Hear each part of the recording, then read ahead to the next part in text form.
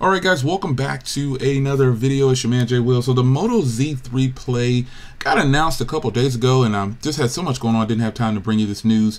But newsflash, the Moto Z3 Play is here. And there's some unique things about this phone that I think, we've seen it on other phones, but it's here on this phone now. And Motorola did it, they did it right. So you don't see a fingerprint reader. Let me start here by saying first, you don't see a fingerprint reader, but you do see a Motorola logo and two microphones down here. That's because the fingerprint reader is now right here on the side.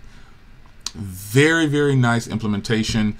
And we'll see how that works later on once I get my hands on the device. But let's scroll through here. This is just a beautiful design here. They're sticking to this because, they need to give people their money's worth with these Moto mods. And I have Moto mods, like several people. So this phone will probably be about $400 to $500. We'll see how it works out. Because the Moto Z3 Force obviously is going to cost a heck of a lot more at launch.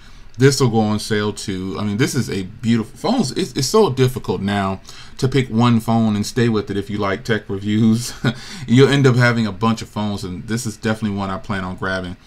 So scrolling down here, it does have that 18:9 ratio. It has a 6-inch display, and we'll get going here. I'll get to some of the specs, but the Moto mods, man, I mean, it's clear that they're gonna keep this ball rolling for us, and they should, because they got us into this mess, and then they're gonna keep us there. So looking at this here, you've got a 6-inch Full HD Super AMOLED display, and I think I'm gonna love this. I really do. You've got an 18:9 display, like I said before. So if you check it out here, you got a power button on this side, and then you've got a volume rocker here, and the fingerprint reader is right in this area, and I'll show you that in just a second. But I do like the front mounted speaker still. The camera and proximity sensors are right in this area right here. You can barely see them. Again, you've got the two microphones, so it's going to be always listening, if you will. 6.75 millimeters in thickness is absolutely thin.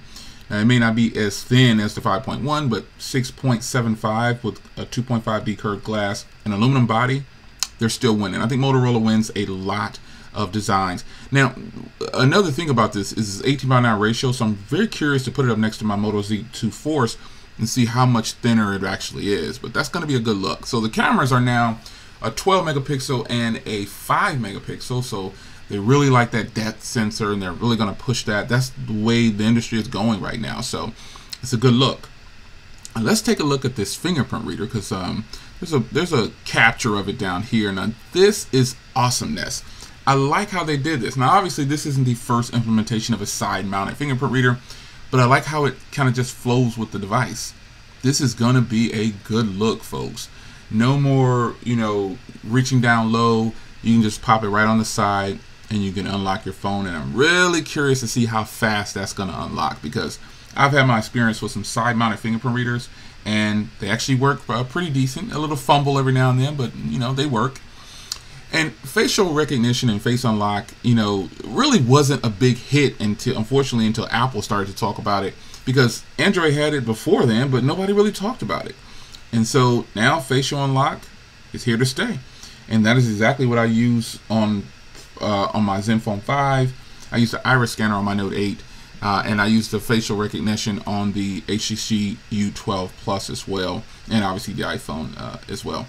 But you've got an SD card slot, you've got the turbo power, the Snapdragon 636 with 4 gigs of RAM.